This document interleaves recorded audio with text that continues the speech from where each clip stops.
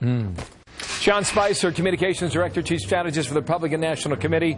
He's with the RNC live in North Charleston, South Carolina. Sean, good day to you and good morning, and thank you for coming back here. I just start in a generic, general sense. What do you think Americans are in for tonight on Fox Business? That's a great question. I think that you're going to see more of what you saw the last time Fox Business held a debate, which is on the main stage, Maria Bartiromo and Neil Cavuto focusing on the issues that Americans care about: business, the economy, the cost of health care, how people are keeping up, how jobs are being created. I think it's going to be a very issues-focused debate.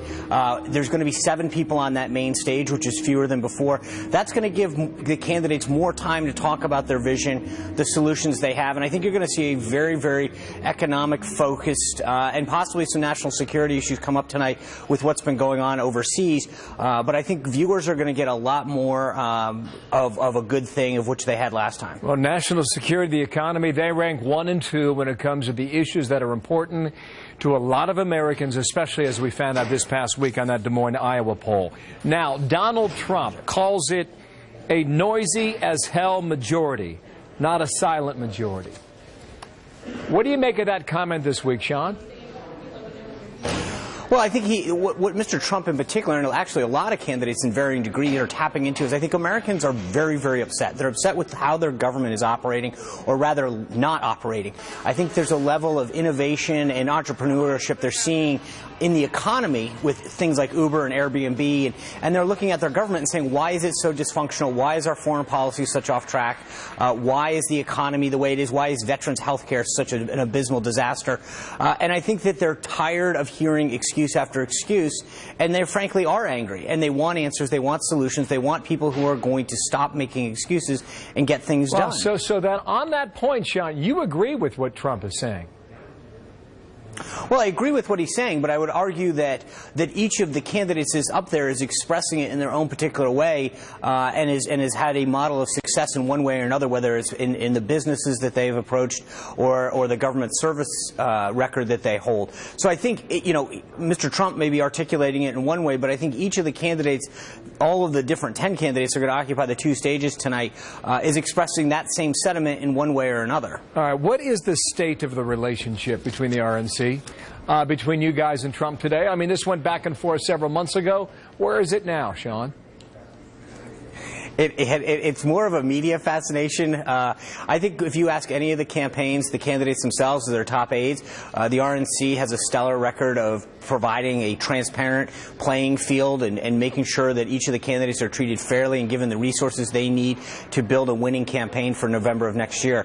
I think you see a lot of back and forth on Twitter by surrogates and pundits, but if you ask any of the candidates from Trump to Huckabee to Christie to Paul, I think the RNC has done a phenomenal job under Chairman Reince Priebus of making sure that we do what we're supposed to do, which is keep our eye focused on November, provide the candidates and the campaigns with the resources, the data, the field staff that's necessary to win, and set a set of rules out there that all of the candidates know and creates an equal playing field for them. My sense is the Republican field's gone to a new level in the competition. I think it's the same on the Democratic side. I just want you to listen to the Chelsea Clinton, the Hillary Clinton, the Bernie Sanders back and forth on health care, etc. Watch here now.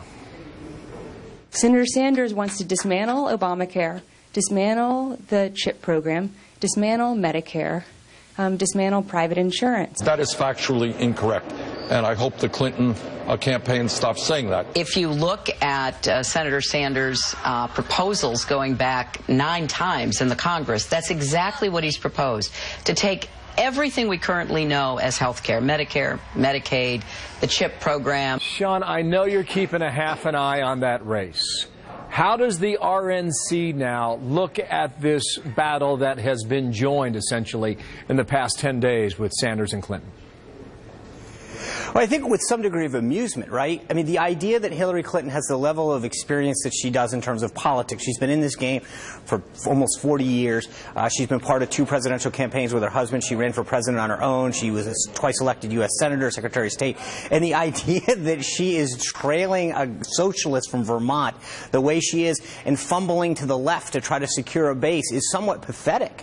I think if Bernie Sanders actually pulls this out, and the burn that people are feeling is turning into a small fire going through these early states, whether it's Iowa or New Hampshire. I mean, he's really put her on notice the same way that Barack Obama did in 2008. If he can pull out the first 2 states as a winner, even go one of 2, I think that's going to put her in a very, very difficult situation. They expected this to be a full-on coronation. The DNC has given her every opportunity to not have a race, to hide her by minimizing the level of debates. I think this is a big, big problem for Hillary Clinton. If Bernie Sanders pulls this out, you know, I think I might finally start to take up golf again. Well, we'll see about that. These are 2 incredible stories. They are running parallel with one another. And good luck later tonight. Sean Spicer, thanks for your time. Thanks. Live there in South Carolina. You bet, Thank you.